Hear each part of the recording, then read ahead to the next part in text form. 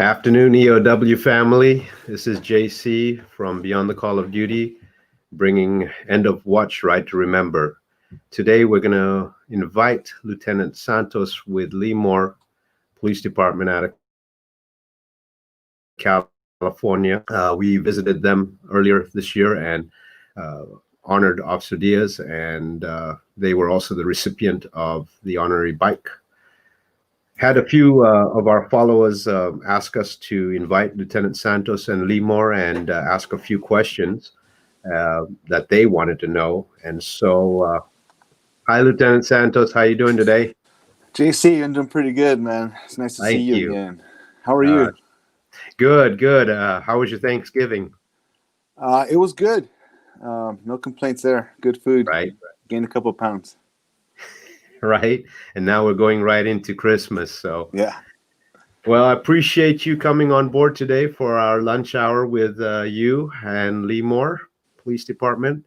We had a few emails that came through last couple of weeks, and they wanted to know a little bit more about yourself, your department, and what you're going to do with the bike. So if we can roll in and ask you a few questions and go from there. Yeah, go for it. Thank you for having me. Appreciate it. No, thank you, sir. Thank you. One of the questions our viewers and followers have asked is, what was your first interaction with EOW and how did your department receive us? When after you guys reached out to us, we were more than happy to receive you. When you guys showed up, you guys gave us a reason to remember Jonathan, and we always have him in our minds and our hearts. But it was a reason to get everybody together and remember him together, and that felt very good. Our officers, they were extremely grateful that you guys came by, and the way that things are right now with law enforcement and communities throughout the country, it's nice to know that there are people out there that support us, and it's nice that the officers know that there are people that support them, and they are still valued, and that the community cares about them, because they greatly sacrifice themselves every day. And they go out of the way every day, and those are just things that the community doesn't see all the time. Yeah. So, thank you for doing that for my officers. I greatly appreciate it. We appreciate it. It is our honor and our pleasure, sir. Just as we talk about line of duty deaths, we're already up to 278 as of today for this, and we were at 147 last year. So. Jonathan Diaz is definitely remembered and honored, and our hearts go out to his family and the survivors. Second question, what was your atmosphere in your department after our first visit? What did you gain or not appreciate, or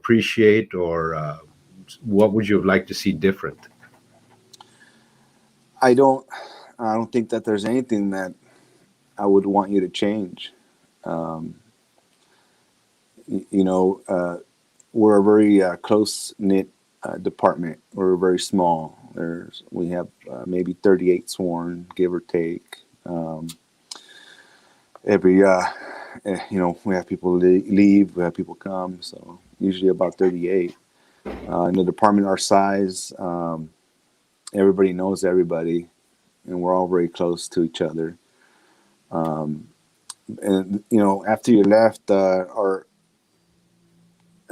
think it brought us closer together even more, because we shared our grief, and we carry the torch together. So that helped us out a lot.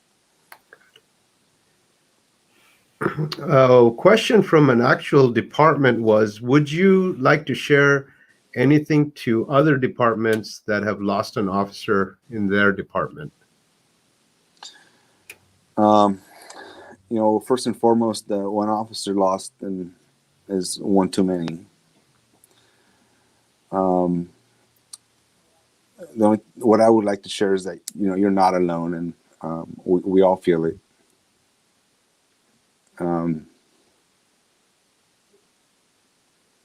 So we are with you. Yeah, that's what I want to share. yeah, absolutely, absolutely, and you're completely right that it's a hard loss. We can't have one.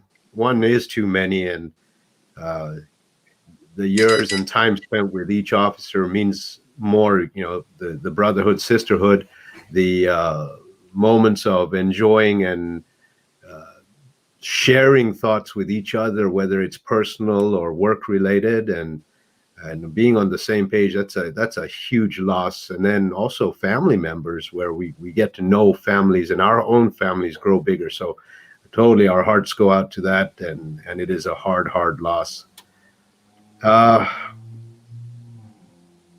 When we came down the first time, we learned so much about Officer Diaz, and met family.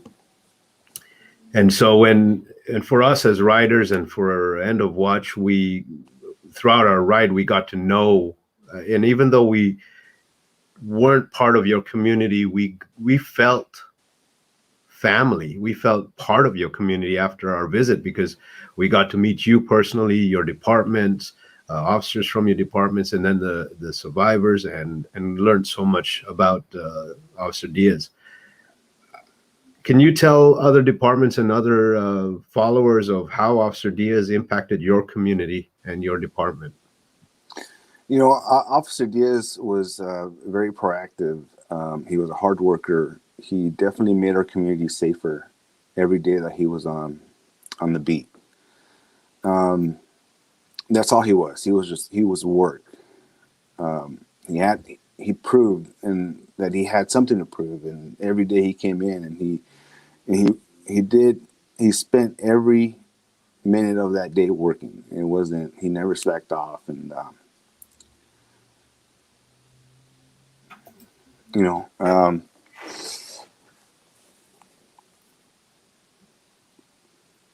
Yeah. Not only that, but he led a program called YAP, and he mentored children from the high school that were having issues. And he would show them take them on a tour to prisons, and show them what a life would look like if they continued on a certain path. So not only was he affecting the community by keeping it safe from those who would do harm to others, but he was also trying to impact it before it got to that. He was impacting lives before they took the wrong path. So we greatly miss him. Absolutely.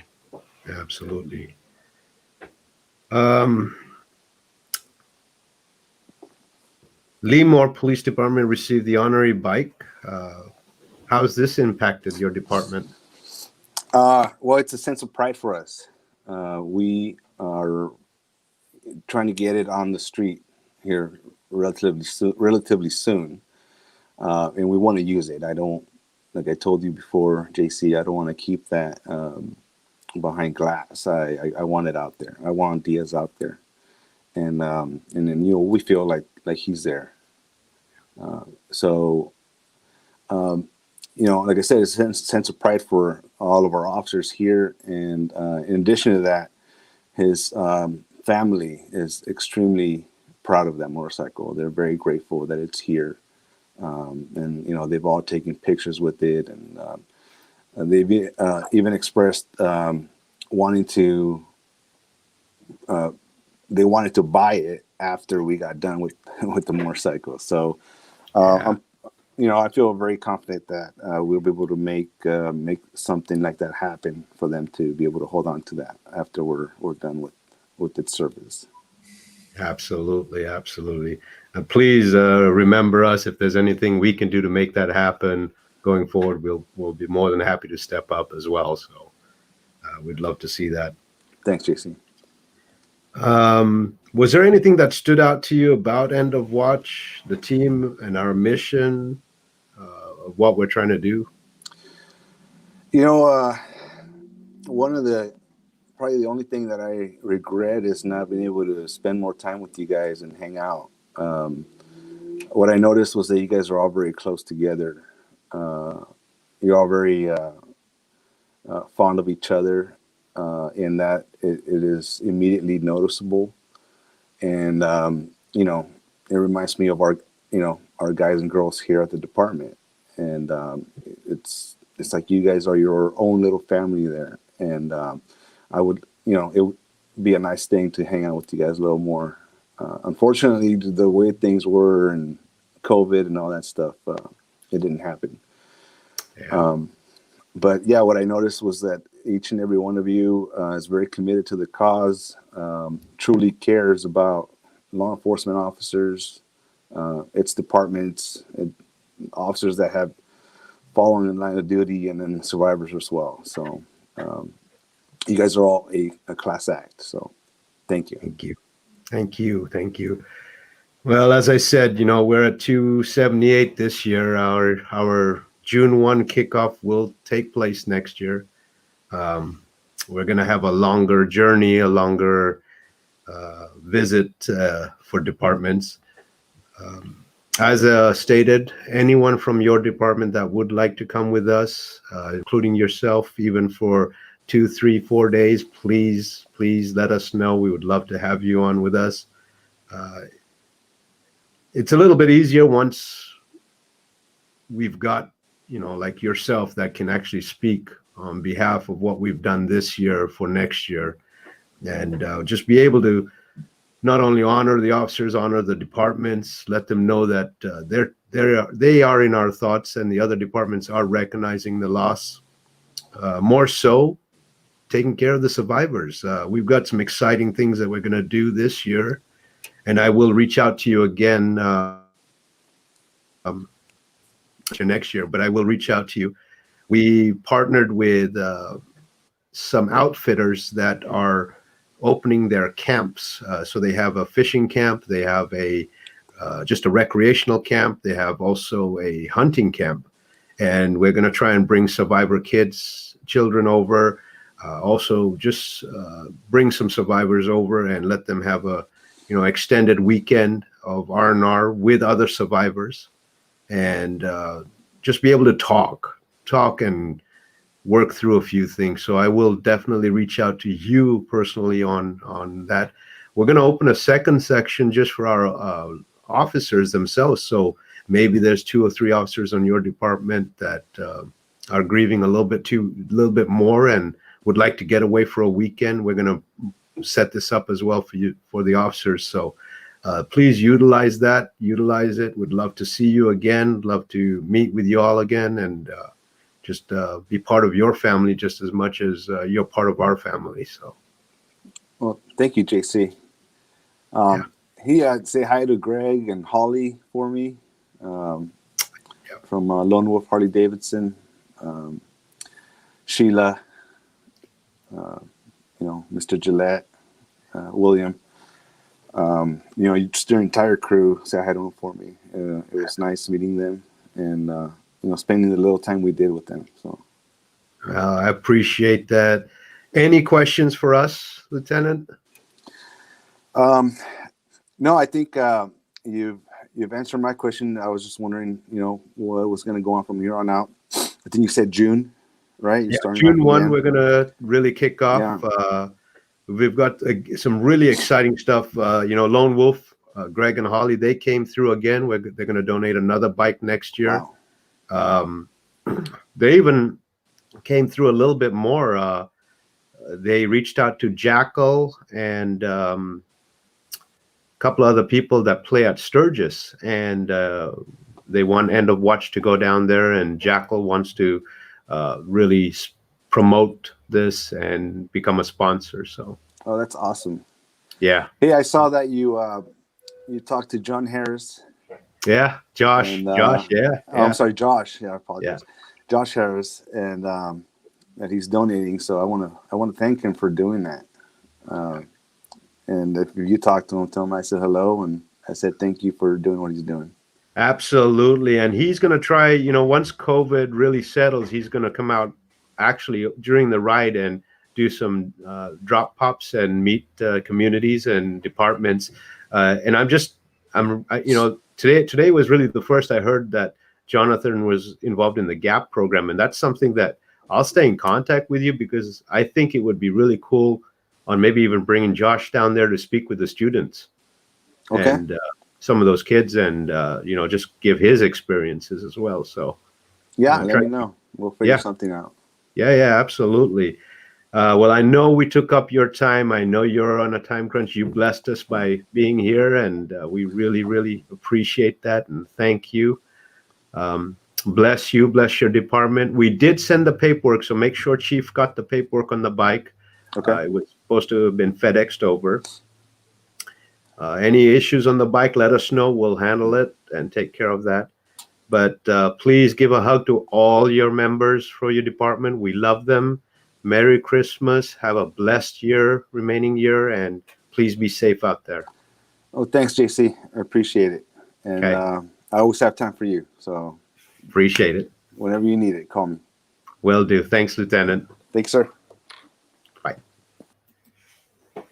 Well, that was Lieutenant Santos from Lemoore, California. Phenomenal department. Like you said, we got to meet them twice. The first time when we rolled through, and absolutely amazing department.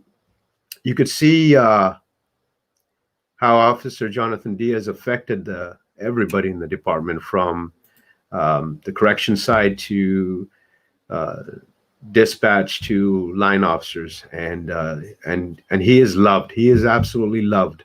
So, one of the things that we got asked on our ride was, how will we receive throughout the ride? And it wasn't a matter of us being received. It was a matter of what were we making or doing as an impact to departments. And I can tell you firsthand, and all of the rest of the riders can tell you. In fact, we're going to have a rider come up. His name is Josh Merrill, been a close friend of mine. He works full-time as a FedEx investigator for FedEx, and he took the time to ride with us this year to honor officers and departments. And so we can ask Josh about that. And Josh, how you doing, brother? Brother, how's it going? Good. This is Josh Merrill. He's out of Ohio. That's where he resides, but we've been good friends for a number of years. And I was just telling some of our viewers on the impacts that we had during the ride. And, in fact, firsthand, you can explain it more versus it coming out of my mouth or from me. So Great. How is Leslie? She's doing well. She's home today. I just got back from the office, and I'm going to have a relaxing weekend. It's 65 degrees here today, and sunny. Well, that's nice. We're getting down to our teens. We've got snow on the ground here. Ouch. So Yeah. Well, Josh, I had a couple of questions for some viewers that actually wanted to know from our riders that were on the ride. What did the ride mean to you, and why did you get involved in the tour this year? Well, I got to say, the reason why I got involved is because at first I thought you guys were crazy for what you had mapped out. So I had no choice but to, come down and see what it was all about. What you guys are doing in this day and age is perfect timing, actually. So I really wanted to be a part of that. You guys graciously brought me on about midway through the trip. What was it? Baton Rouge, Louisiana. Yep. So it was a shock when I the first couple days with you guys. It was a shock. Just hearing Lieutenant Santos there a second ago, kind of reliving that emotion, is what we saw on a daily basis. And I was with you guys for 10 days. It takes a toll, mentally and emotionally. It takes a toll. But it was an experience that I'll never forget. I still revert back to my pictures all the time and all the good times that we had over there. And Santos said another true thing too is the group I was with you guys, we are like a family. You know, we had fun, we relaxed when we needed to, we took it serious when we needed to. So yeah, I mean it's something that is going to go down in my history books as probably one of the best trips I've ever taken. Great. Another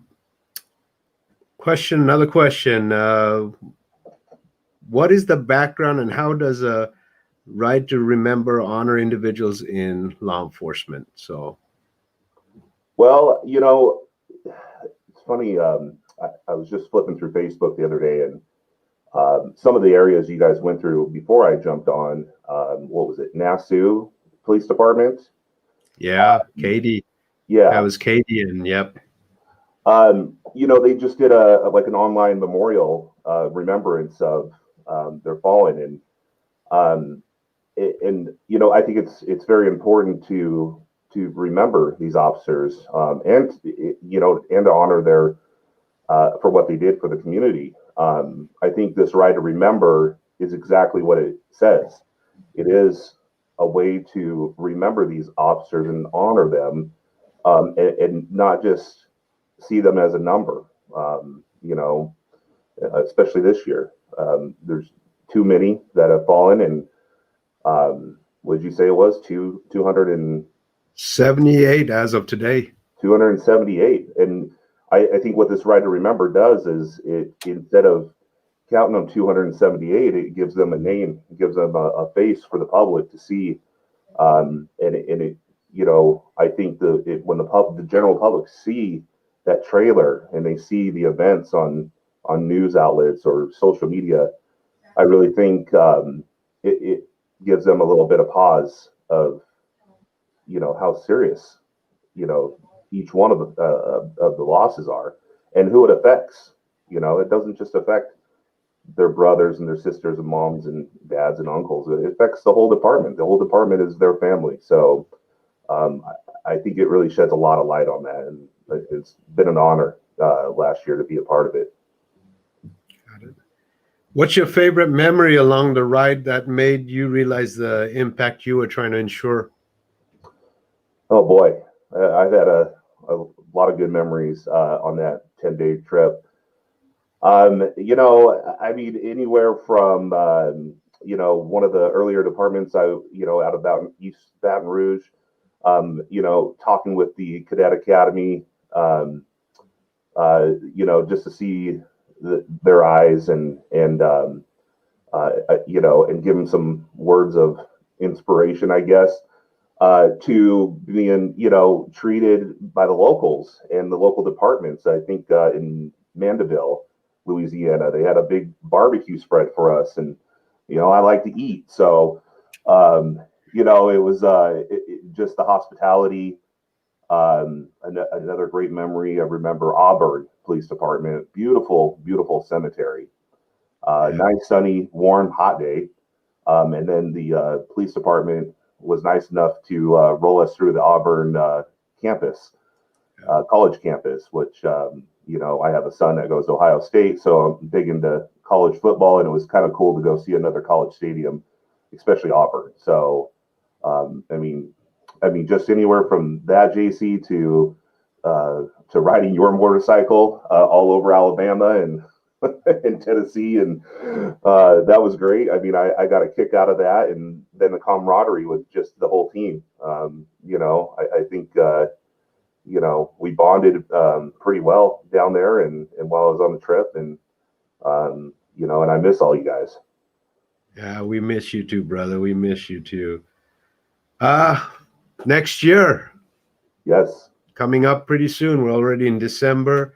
We're already getting ready for next year. We're contacting departments right now, doing some follow-up stuff, finishing a few projects over here before we take off. Will you be joining us? Absolutely. Already planning on it. I'm just going to have to figure out once you guys get your routes established. I'm going to pick a nice, probably 2-week stretch this time. and come up and meet up with you guys again, and let's go do this again.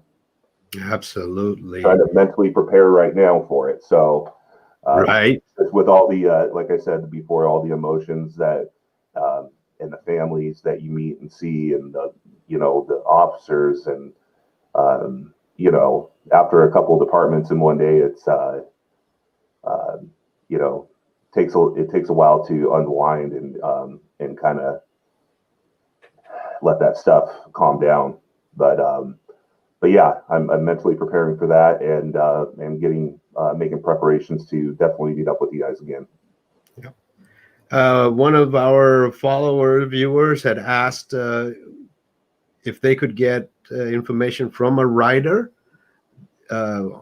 if the rider had gone to deliver the bike, and if they could have the rider explain their thoughts on how that took place. And you were there when we delivered Lee Moore's bike. You want to talk about that? Unfortunately, I wasn't able to make that trip, JC. Oh, that's right, you didn't. So I was going to, and but I wasn't able to. I really, wanted to make it down there, but California's a little far away from Ohio, yeah. And it takes some preparation and time. But definitely, I was following you guys, and I mean, what an awesome deal. I mean, just to see the faces of everybody, the family taking pictures with the motorcycle. I'll definitely make this next year. For sure. Yeah. Any questions for me, brother? I don't have any questions, but we got a few exciting things. Do you? Yeah. So we're working. We don't have a gaming license, but we are waiting on two different entities that are going to actually allow us to piggyback with them on charities.